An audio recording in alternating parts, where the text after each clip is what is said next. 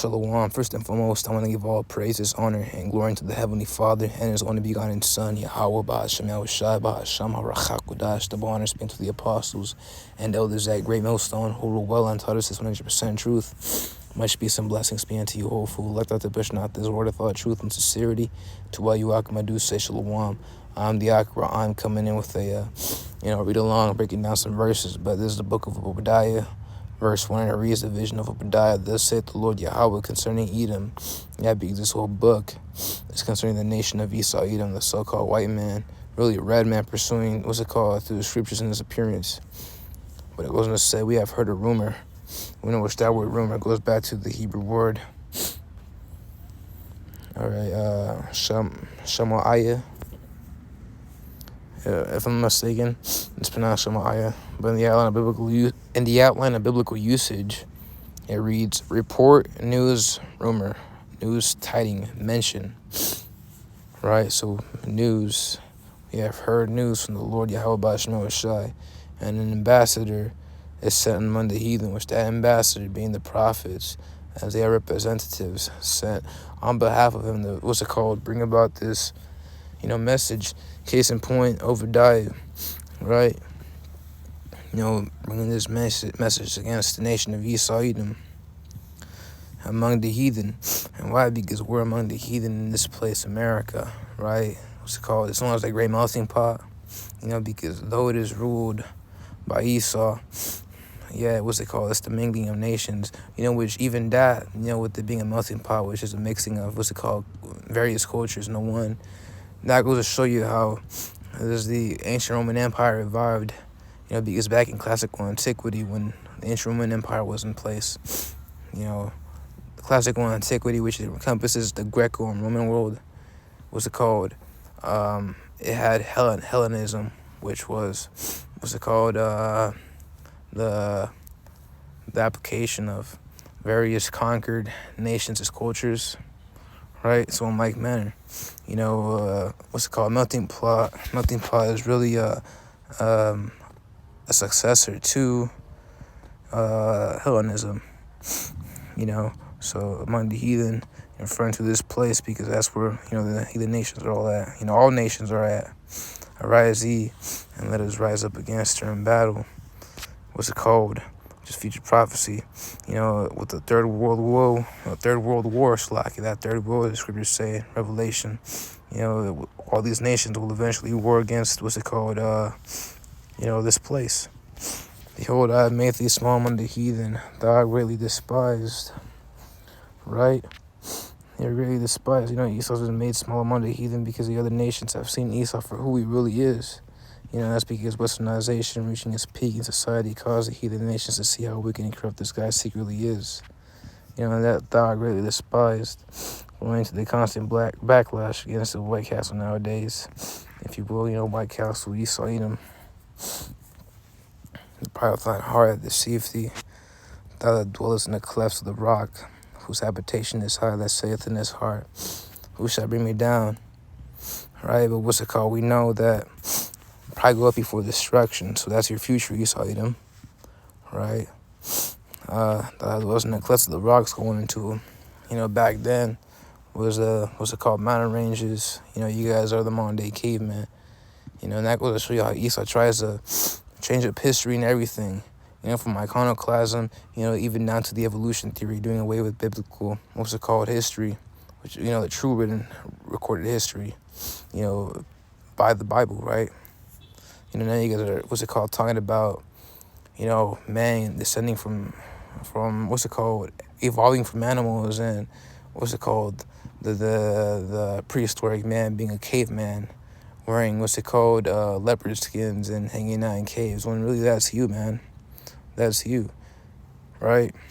You guys are the caveman. But you could also apply that to the modern day world with these skyscrapers, which even look like modern day mountain ranges. The tallest skyscraper in the middle, representing the summit of each mountain range, right? So, whose habitation is high. Yeah, majority of these Edomites, especially these rich ones, they all live in penthouses up there. Just to, break it down for you simply. His habitation is high. Also a mentality, right? You what's it called? You're very puffed up. That saith in his heart, who shall bring me down to the ground?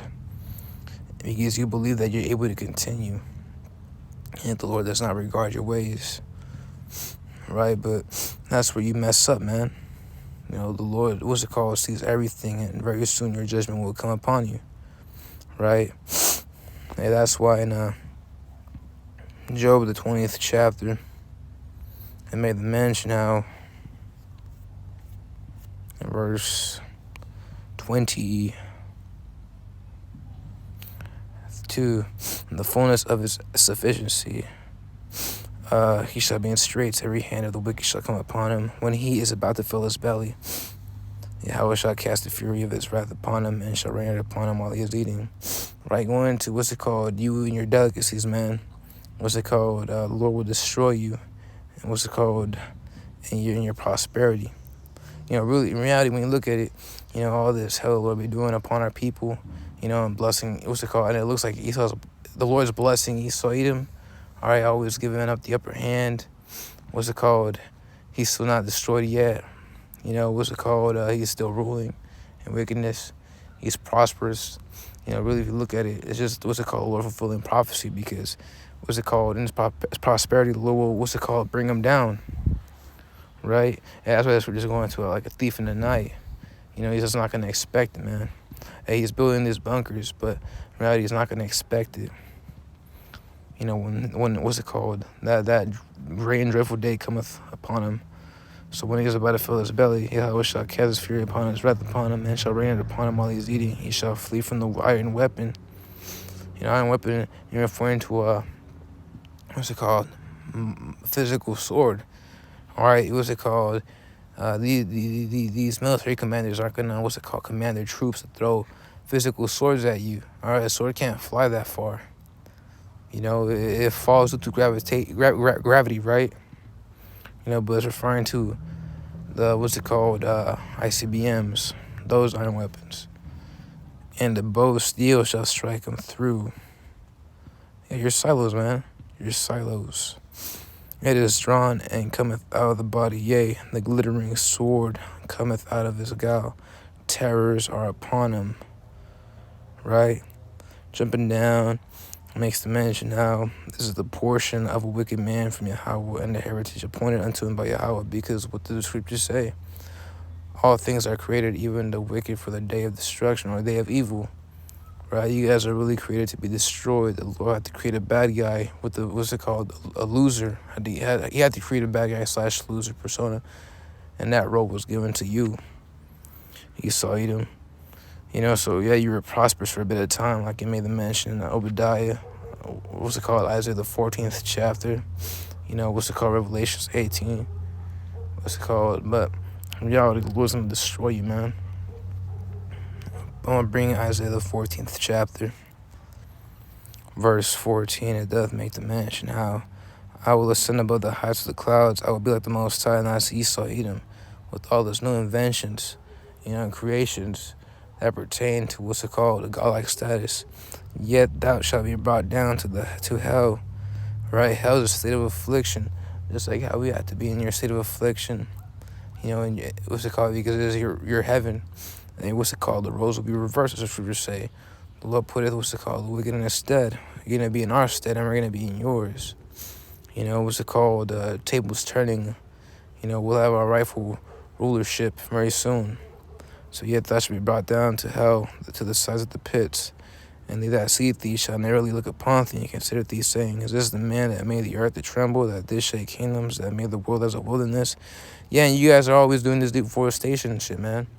What's it called? You don't give the earth rest. The scriptures go into how the 7th year shall be, what's it called, a year of rest for the land, right? A Sabbath, right? Letting the earth recover. And you guys are pushing it, man.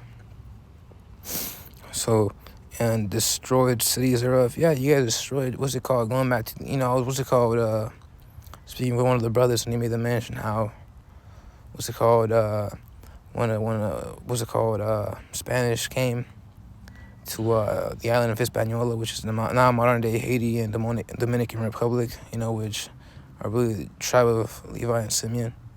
Simeon and Levi. What's it called? Esau really dwindled the numbers through all that massacring.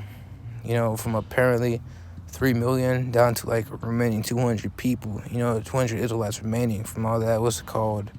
Hell. That's still affliction.